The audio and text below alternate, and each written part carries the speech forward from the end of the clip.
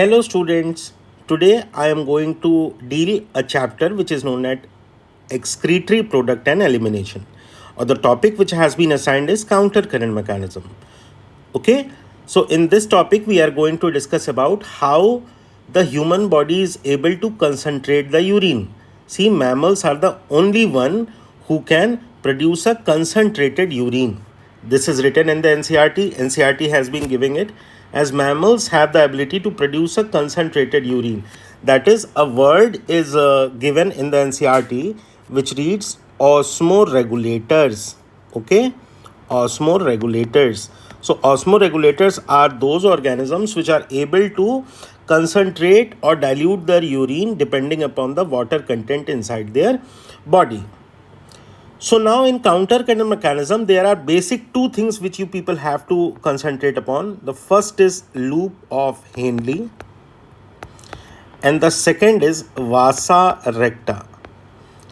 Okay, these are the two main components of counter current mechanism. The third one is also there which will come at last, which is collecting ducts. Collecting ducts. So now before moving on to the topic, first of all मेरे प्यारे छोटे बच्चों, I have to deal with a thing. तुम्हें ये बताना बहुत ज़रूरी है कि जो सॉल्यूट है वो डिसाइड करता है कि वाटर का मूवमेंट किस डायरेक्शन में होगा. सबसे पहली बात आपको ये पता होनी चाहिए कि जिस मीडियम में सॉल्यूट का कंसंट्रेशन ज़्यादा होगा, जो वाटर का मूवमेंट होता है वो उसी डायरेक्शन में होता है. इस चीज़ को अगर आप अपने दिमाग में रख करके आज के इस लेक्चर को सुनेंगे तो आपको बहुत अच्छे से समझ में आ जाएगा कि क्यों बॉडी सारे सॉल्यूट्स को इंटरस्टिशियल स्पेस में इकट्ठा कर लेती है. ठीक है, इंटरस्टिशियल स्पेस का मतलब जैसे मैंने ये देखो लूप ऑफ हेनली बनाया है बच्चों, तो ये वाइट पोर्शन है इसके अराउंड, ये इस पूरे पोर्शन को कह देते हैं इंटरस्टिशियल स्पेस है. ये इसी में ओस्मोलैरिटी को मेंटेन करने की जो जब्दोजहद है वो चलती रहती है. ठीक है, तो जैसा कि इसमें लिखा हुआ और एनसीईआरटी कहती है the Henle's loop and vasa recta play a significant role in this. अच्छा, नीट पॉइंट ऑफ व्यू से मैं तुम लोगों को एक चीज़ और बता देता हूँ कि लूप ऑफ हेनली को कहते हैं counter current multiplier. Loop of Henley को कहते हैं काउंटर करंट मल्टीप्लायर, और जो वासा रेक्टा होती है, वासा रेक्टा को कह देते हैं काउंटर करंट एक्सचेंजर. क्या कह रहे हैं? Counter current exchanger. तो इस बात को भी आपको ध्यान में रखते हुए आगे चलना है. तो आपको ये सोल्यूट वाली बात तो समझ में आ गई कि सोल्यूट का कंसंट्रेशन जहाँ ज़्यादा है. अरे भाई, जैसे आप लोग नहीं देखते हो कि एक कटोरी में पानी रख दो और पानी के साथ साथ अगर उसमें किशमिश रख दो तो रात भर में फूल जाती है. तो ऐसा क्यों हुआ? किशमिश के अंदर का जो सोल्यूट है उसका कंसंट्रेशन ज़्यादा है, तो कटोरी वाला जो पानी है वो निकल करके किशमिश में चला जाता है और किशमिश स्वेल अप कर जाती है. ठीक है, तो ये सिंपल एक्सपेरिमेंट से समझा जा सकता है. अब हम आगे आते हैं. The flow of filtrate in the two limbs of loop of Henley is in opposite direction and thus it forms a counter current. देखो यहाँ पर ये एरो नहीं दर्शा रहा है, दिस एरो, ये एरो जो है ये descending limb of loop of Henley है, ये ascending limb of loop of Henley है कि नहीं? तो इससे हमें ये पता चलता है कि काउंटर करंट नाम क्यों पड़ा. ठीक, तो हमें ये इसलिए पता चल गया कि काउंटर करंट का नाम इसलिए है जस्ट बिकॉज कि दोनों का जो करंट का डायरेक्शन है फ्लो का वो डिफरेंट है. अच्छा देखो, ये बहुत इंपॉर्टेंट चीज़ क्या लिखी हुई है इस डायग्राम में. The counter current multiplier depends upon 3 properties of a nephron. देखें भाई क्या क्या है. सबसे पहली प्रॉपर्टी क्या बता रहा है? The filtrate flows in opposite direction. भाई काउंटर करंट, चलो ये बात तो एनसीईआरटी में लिखी भी हुई थी. ठीक है, तो इस चीज़ को हमने डायग्राम के माध्यम से वापस से एम्फेसाइज कर लिया. थ्रू टू एडजेसेंट का मतलब होता है साइड में, पैरेलल सेक्शंस ऑफ नेफ्रॉन का लूप. तो लूप ऑफ हेनली का ये डाउनवर्ड है डिसेंडिंग और ये असेंडिंग. तो पहली प्रॉपर्टी जो काउंटर करंट मैकेनिज्म के लिए रिस्पॉन्सिबल है लूप ऑफ हेनली की, वो है कि इनका फ्लो जो है वो ऑपोजिट डायरेक्शन में है. ठीक, दूसरी प्रॉपर्टी क्या बता रहे हैं? The descending limb is permeable to water. Very important point बच्चों. देखो, जो डिसेंडिंग लिम्ब है उससे पानी पैसिवली बाहर आ सकता है, वो पानी के लिए परमिएबल होता है, लेकिन साल्ट्स के लिए परमिएबल नहीं होता है. ठीक है, अब देखो धीमे धीमे ये कंसनट्रेटेड यूरिन कितनी ज़्यादा कंसनट्रेट हो गई. मैक्सिमम कंसनट्रेशन इसका यहाँ पर होता है ठीक है, कंसंट्रेटेड यूरिन का। अब जैसे जैसे बेटा ये यूरिन ऊपर की ओर मूव करती चली जाएगी, हम ये देखेंगे कि जो ascending limb of loop of Henle है, it is impermeable to water. That means water can not come out through the ascending limb, but it is permeable to electrolytes such as sodium. और आप एक बहुत important चीज़ देखिए, छोटी छोटी चीज़ों पर सवाल बनता है बच्चों। आप ये देख सकते हैं कि जो डिसेंडिंग लिम्फ था उसमें जो वाटर का मूवमेंट है वो कैसा है बेटा, पैसिव। लेकिन असेंडिंग लिम्फ में जो सोडियम का मूवमेंट है and the chloride follows it, वो है एक्टिव प्रोसेस। तो ये भी एक नीट का सवाल हो जाता है आपके लिए। तो इन्हीं छोटी छोटी चीज़ों को बेटा अगर आप ध्यान दोगे तो आपको समझ में आ जाएगा। ठीक है, now we move on to next slide. जो अगली स्लाइड है वो हमें क्या बता रही है, लूप ऑफ हेनली के फंक्शनल जोन। जो चीज़ मैंने अभी आप लोगों को डायग्राम के माध्यम से समझाई थी बच्चों, सेम ओवर हियर। जो डिसेंडिंग लिम्फ है it is permeable to water but it is impermeable to salt. तो चलो बच्चों, आप लोगों को नोट्स भी मिलते चल रहे हैं, बहुत अच्छी बात है, आप लोग नोट करते चलिएगा। वाटर एग्जिट कर जाएगा, फिल्टरेट बिकम्स हाइपरटोनिक। मैंने आपको बताया था, देखो ये पुराना वाला जो डायग्राम है इसमें, कि यहाँ से वाटर एग्जिट कर जाएगा और यहाँ पे जो यूरिन हो जाएगी वो क्या हो जाएगी, हाइपरटोनिक हो जाएगी। ये छोटी छोटी चीज़ें बेटा आप लोग ध्यान दोगे ना, then you will come to know about कि counter current mechanism is not that tough जैसा कि ये लोग डिस्क्राइब करते हैं। ठीक है, चलो आप देखते हैं। फिर अब असेंडिंग लिम्फ की बात कर रहा है। Ascending limb is impermeable to water, ये चीज़ तो आपको समझ में आ गई। एक्टिव ट्रांसपोर्ट, देखो लिखा हुआ है ना, active transport of sodium and chloride into the interstitium. इस इंटरस्टिशियम के बारे में मैंने आपको शुरू में ही बताया था कि इंटरस्टिशियल स्पेस क्या होती है बच्चों। मान लो ये लूप है तो इसके बीच का ये जो पोर्शन है जो मेडुलरी इंटरस्टिशियल और कॉर्टिकल इंटरस्टिशियल स्पेस की बात करता है। ठीक है, इसको इंटरस्टिशियम या इंटरस्टिशियल स्पेस कहते हैं। तो जब पानी निकला था तो क्या हुआ था, हाइपरटोनिक हो गया था। अब फिल्टरेट बिकम्स हाइपरटोनिक। अब की क्या हो गया, जब सारा का सारा सॉल्ट निकल गया तो फिल्टरेट वापस से हाइपोटोनिक हो गया। ठीक है, which creates a medullary osmotic gradient. आपको पता होना चाहिए कि ये कॉर्टेक्स और मेड्यूला जो है इसमें 300, फिर 600, फिर 900, फिर 1200 मिली ऑस्मोल के इस तरह से ग्रेडियंट डेवलप हो जाता है कि नहीं। इसको मिली ऑस्मोल्स में नापते हैं। ठीक है, तो ये ऊपर का पोर्शन जो होता है वो कॉर्टेक्स का होता है सबसे ऊपर, फिर आउटर मेड्यूला है यहाँ पर, और ये इनर मेड्यूला हो जाता है ना। तो ये इनर मेड्यूला हो जाएगा। तो ये आउटर और इनर मेड्यूला का ये पूरा खेल है। ठीक है, तो इस तरह से ये ऑस्मोटिक ग्रेडियंट की जो बात कर रहे हैं वो देखो ये ग्रेडियंसी है। ठीक, आइए फिर देखते इस डायग्राम को। अब जितना कुछ भी मैंने बताया है बेटा वो इस डायग्राम में देखो समेशन हो जाएगा। सबसे ऊपर कॉर्टेक्स था मैंने बताया था, फिर ये आउटर मेड्यूला है, देखो लिखा भी हुआ है, ये इनर मेड्यूला है, ये भी लिखा हुआ है, सही बात है। अब देखो step wise process. As the water and solutes are reabsorbed the loop first concentrates the filtrate. देखो हुआ था ना, पहले क्या हो गया था, हाइपरटोनिक हो गया था। इस पोर्शन में चूंकि वाटर चला गया तो वो क्या हो गया, हाइपरटोनिक। और इस पोर्शन में देखो NaCl ये सारा चला जा रहा है, इस वजह से फिर से क्या हो जा रहा है, हाइपोटोनिक। तो जो ट्यूब्यूलर कंटेंट है बेटा ये इस तरह से हाइपरटोनिक पहले होगा फिर हाइपोटोनिक हो जाएगा। तो ये भी सवाल आप लोगों से पूछता है कि as the tubular filtrate passes down, यानी descending limb of loop of Henle, it becomes hypertonic due to movement of water, and as it moves up in the ascending limb of loop of Henle, again it becomes hypotonic। फिर से ये hypotonic हो जाता है। तो देखो number 1 क्या कह रहा है, the filtrate entering the nephron loop is isotonic. सबसे पहले जब फिल्टरेट तो जब आएगा तब तो ये आइसोटोनिक होएगा ही होएगा to both blood plasma and the cortical interstitial fluid. अभी तो हम कॉर्टेक्स की बात कर रहे हैं, इस कॉर्टेक्स की बात कर रहे हैं। जो कॉर्टेक्स का इंटरस्टिशियल फ्लूइड है किडनी के अंदर, तो जो शुरू में नया फिल्टरेट आया रहेगा उसकी टोनिसिटी जो होती है, उसका जो ऑस्मोटिक ग्रेडियंट होता है वो बाहर के एनवायरनमेंट के बराबर होता है। ठीक इसीलिए एनसीईआरटी लिखती है कि all the contents except water and chloride ion are absorbed actively. जो क्लोराइड आयन और पानी है वो पैसिवली मूव आउट करता है पीसीटी से, इसीलिए ये लिखता है। क्योंकि जब कंसंट्रेशन ग्रेडियंट है ही नहीं है बच्चों, तो मूवमेंट, नेचुरल मूवमेंट होता नहीं है, तो इसीलिए एक्टिव एब्जॉर्प्शन कराना पड़ता है। ठीक है। सो नाउ फर्स्ट के बाद सेकंड स्टेप क्या है बच्चों? Water moves out of the filtrate in the descending limb. ये चीज़ को मैंने एम्फेसाइज तो किया ही हुआ है, आपको पता भी है ये चीज़।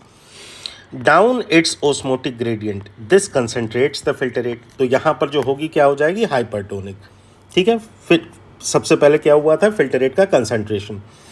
अब जैसे जैसे करके ये ट्यूब्यूलर कंटेंट, ये हाइपरटोनिक ट्यूब्यूलर कंटेंट ऊपर की ओर जाएगा, यानी ascending limb of loop of Henle में पहुंचेगा। It is impermeable to water. सारा सोडियम का एक्टिव ट्रांसपोर्ट, देखो ट्यूब्यूलर फिल्टरेट से सारा का सारा इलेक्ट्रोलाइट बाहर की ओर खींच लिया गया है कि नहीं? फिर थर्ड स्टेप क्या है? The filtrate reaches its highest concentration at the bend of the loop. यहां पर हाईएस्ट कंसंट्रेशन। ठीक। फोर्थ ऑप्शन क्या है? Fourth step, sodium and chloride are pumped out of the filtrate, this increases the interstitial fluid की osmolarity. सही बात है भाई, जब सारा का सारा इलेक्ट्रोलाइट जो है वो एब्जॉर्ब हो जाएगा बच्चों, तो मेड्यूलरी इंटरस्टिशियल स्पेस की तो ओस्मोलैरिटी बढ़ ही जाएगी ना। उसी चीज़ को यहाँ पे इसने एम्फेसाइज किया हुआ है। और आखिरी और फिफ्थ स्टेप क्या है?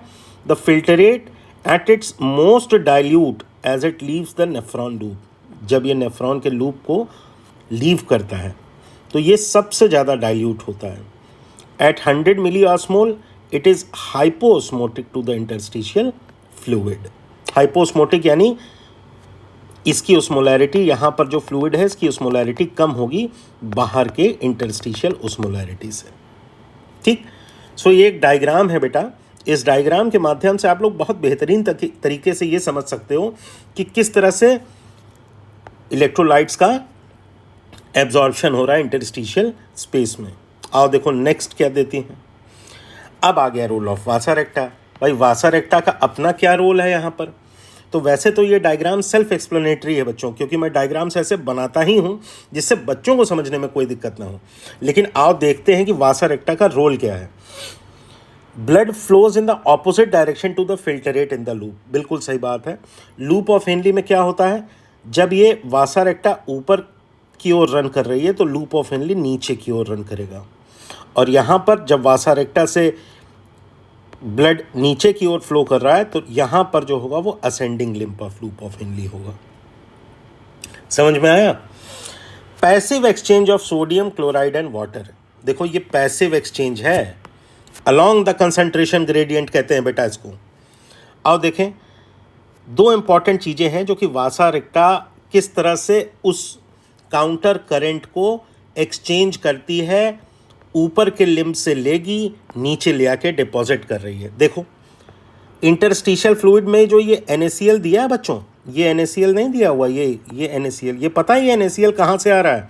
पिछला डायग्राम दिखाता हूँ तुम लोगों को, तब समझ में आएगा। देखो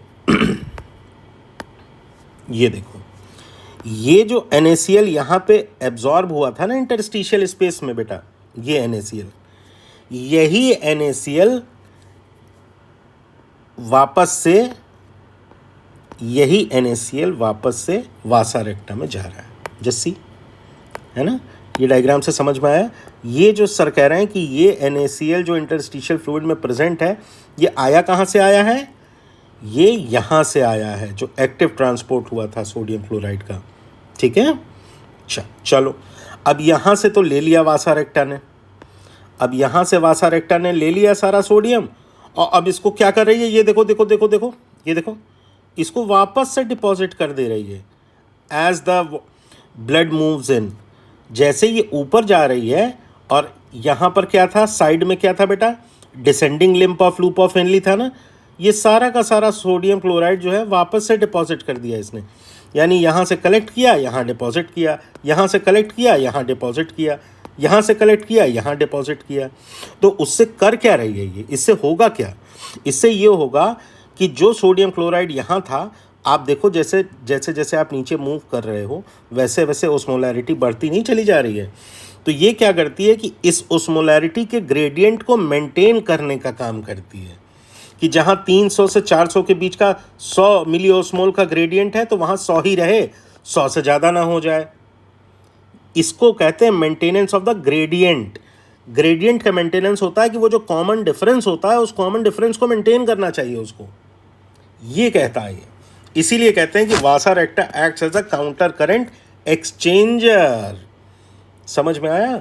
it maintains the hyper osmolarity of the medulla without washing it out. The important points, the two important points which I emphasized over here were this: the vasa recta is highly permeable to water and solutes. इस statement को आप लोग याद रखो। ये statement मैं जानबूझ के इसलिए तुम लोगों के सामने रखता हूं क्योंकि अगर स्टेटमेंट टाइप सवाल या रीजन असर्शन टाइप सवाल आए तो उसमें तुम लोगों के दिमाग में ये फैक्ट पहले से इम्प्रेग्नेंटेड रहे। दूसरा है counter current exchanger occurs between each section of Vasa रेक्टा and its surrounding fluid. उसका रिजल्टेंट क्या होता है?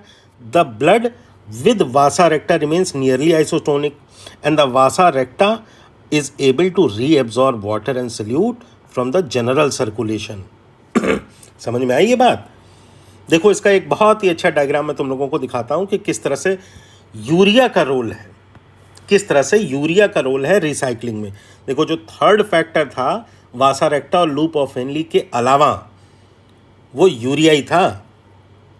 अगर इस डायग्राम को आप ध्यान से देखो, ये देखो डायग्राम, तो थोड़ा सा यूरिया जो है वो ट्यूब्यूलर फ्लूइड से निकल करके बाहर मेड्यूलरी इंटरस्टिशियल स्पेस में आ जाता है just to maintain the high level of osmolarity in the inner medulla. जैसी तो अब हम देखते हैं कि जब हम डिहाइड्रेटेड होते हैं, जब हमारे अंदर पानी की कमी होती है, तो what are the steps which are taking place. देखिए osmolarity of the extracellular fluid increase हो जाएगी क्योंकि भाई सॉल्वेंट रूपी पानी तो हमारे शरीर से निकल गया। एक्सरसाइज करते समय सॉल्वेंट रूपी पानी जो है वो तो हमारे शरीर से निकल गया, तो इस वजह से सॉल्यूट का कंसंट्रेशन बढ़ गया हमारी बॉडी के अंदर। जब सॉल्यूट का कंसंट्रेशन बढ़ा तो ओस्मोलैरिटी एक्स्ट्रा सेलुलर फ्लूइड की बढ़ गई। अब जैसे ही osmolarity of the extracellular fluid बढ़ती है, antidiuretic hormone posterior pituitary से रिलीज हो जाएगा। ठीक है, ये ओस्मो रिसेप्टर्स प्रेजेंट होते हैं हाइपोथैलेमस में। फिर नंबर ऑफ एक्वापोरिन्स यानी H2O चैनल्स का रिक्रूटमेंट होने लगता है कहाँ पर? कलेक्टिंग डक्ट में। एक्वापोरिन्स जो होते हैं ये वाटर का मूवमेंट कराते हैं।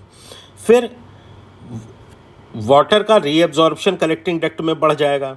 इसकी वजह से क्या होता है? कंसंट्रेटेड या स्मॉल अमाउंट ऑफ यूरिन हमें मिलने लगती है। देखो सारा का सारा जो वाटर है वो एब्जॉर्ब कर लिया जाएगा बॉडी से, सारा पानी एब्जॉर्ब कर लेते हैं क्योंकि जो एक्वापोरिन चैनल्स है ना बेटा, ये एक्टिवेट हो जाते हैं और ये करते क्या हैं? ये वाटर का करा देते हैं रीएब्जॉर्प्शन। तो अगर आप पानी कम पियोगे तो बॉडी को तो पानी की ज़रूरत रहती ही है, तो वो कुछ इस तरह से एब्जॉर्ब कर लेती है पानी को। ठीक है, आप देखें क्या लिखा हुआ है, urea diffuses in from the collecting duct. बिल्कुल सही बात है, यूरिया कलेक्टिंग डक्ट से इस तरह से डिफ्यूज़ हो रही है into the medullary interstitial space. It adds to the osmolarity. बिल्कुल सही बात है, मैंने आपको बताया अभी कि 1200 मिली ऑस्मोल का कंसंट्रेशन ग्रेडियंट अगर मेंटेन करना है तो some amount of urea will always be necessary. ठीक है, it draws water, then it enters the thin segment, thin ascending limb. ठीक है, तो इसके बाद क्या होता है? यूरिया जो होती है वो थिन सेगमेंट में चली जाती है और फिर ये वापस से रिसाइकिल हो जाएगी।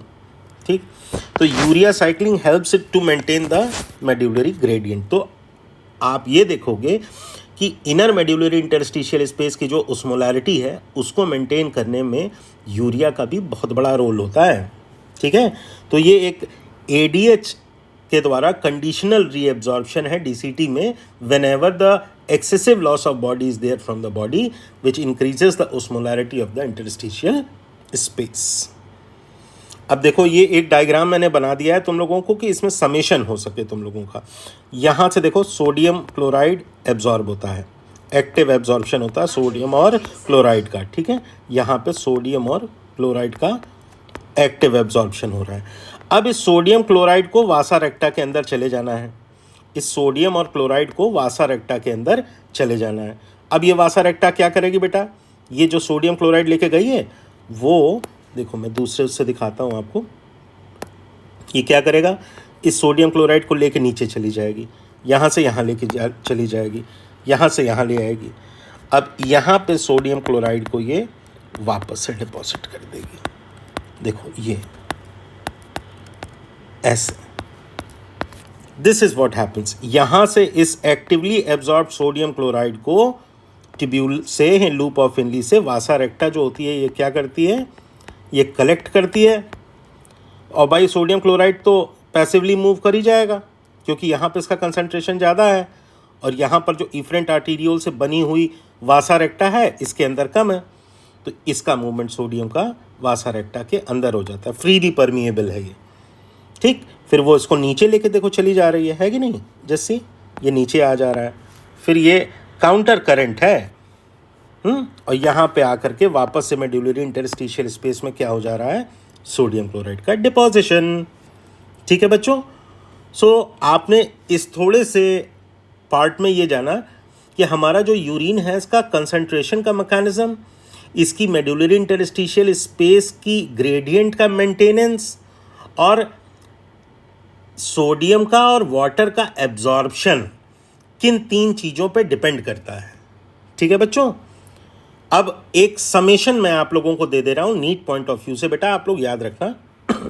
देखो स्ट्रक्चर लूप ऑफ हेनली है, फ्लूइड कौन सा फ्लो करता है, filtrate, sets up the gradient, आपको पता है कि काउंटर करंट मल्टीप्लायर कहते हैं इसको। फिर आ गया वासा रेक्टा, फ्लूइड कौन सा फ्लो करता है इसके अंदर, ब्लड, ये क्या करता है, it preserves the gradient, gradient का प्रिजर्वेशन है, यानी काउंटर करंट एक्सचेंजर मेंटेन करता है। तीसरा कौन सा है, कलेक्टिंग डक्ट, इसके अंदर क्या फ्लो करता है, फिल्टरेट, फंक्शन क्या है, वाटर का रीएब्जॉर्प्शन अंडर एडीएच, यानी कंडीशनल रीएब्जॉर्प्शन। कौन सा है, कंडीशनल रीएब्जॉर्प्शन करेगा, कंडीशनल रीएब्जॉर्प्शन। तो देखो ये क्या है, आपके सामने एक समरी आ जाती है। फिर नेक्स्ट क्या है, फीचर, वाटर परमिएबिलिटी की बात करें तो डिसेंडिंग लिम्फ में हाईली परमिएबल है, असेंडिंग लिम्फ में तो बिल्कुल नहीं होती है, वासा रेक्टा में तो पैसिवली मूव कर जाएगा अलोंग द कंसंट्रेशन ग्रेडियंट, है कि नहीं। फिर साल्ट की परमिएबिलिटी डिसेंडिंग लिम्फ में होती है ना, बिल्कुल नहीं, असेंडिंग लिम्फ में हाँ होती है, एक्टिव ट्रांसपोर्ट से, रेड रंग के एरोज दिखाए थे ना मैंने। और वासा रेक्टा में तो आपको पता है साल्ट वैसे भी पैसिव हो जाएगा। फ्लो का डायरेक्शन कैसा है, डिसेंडिंग लिम्फ में नीचे की ओर, असेंडिंग लिम्फ में ऊपर की ओर, और वासा रेक्टा में ये जहाँ अपवर्ड है वहाँ वासा रेक्टा में डाउनवर्ड, और अगर डिसेंडिंग लिम्फ में डाउनवर्ड है वासा रेक्टा में अपवर्ड। रोल, डिसेंडिंग लिम्फ का रोल क्या है, वाटर का एब्जॉर्प्शन, ये एब्जॉर्ब करा लेती है सारा पानी, कहाँ पर, इंटरस्टिशियल स्पेस में। असेंडिंग लिम्फ में साल्ट का रिमूवल हो जाता है, ये क्या करती है, इलेक्ट्रोलाइट को एब्जॉर्ब करा लेती है मेडुलरी इंटरस्टिशियल स्पेस में। और vasa recta it maintains the gradient, ये कलेक्ट करेगी ऊपर से नीचे ले आकर के इनर मेड्यूला में वापस से डिपॉजिट कर देती है। तो देखो इस तरह से ना ये एक एक समरी तैयार कर लिया करो आप लोग नीट के एग्जामिनेशन पॉइंट ऑफ व्यू से। ठीक है, तो फाइनल आउटकम क्या निकल के आया, the water is reabsorb from the collecting duct under the control of ADH, filtrate becomes concentrated, बहुत ज़्यादा कंसनट्रेट। भाई आपको ये पता है ना, एनसीईआरटी लिखती है कि जो जीएफआर है, जो ग्लोमेरुलर फिल्टरेशन रेट है, वो तो लगभग 180 लीटर पर डे का है, लेकिन लिखती है एनसीईआरटी कि 99% of the water is reabsorb. 1 से 1.5 लीटर यूरिन का ही आउटपुट होता है, इसका मतलब है ये सबका सब एब्जॉर्ब हो जाता है। तो उसी एब्जॉर्प्शन के लिए तो ये समरी है। तो final urine is hypertonic, up to 1200 milli osmol की इसकी osmolarity रहती है। This prevents the loss of water and helps in water conservation. So this is the final outcome. ठीक है बच्चों, थैंक यू।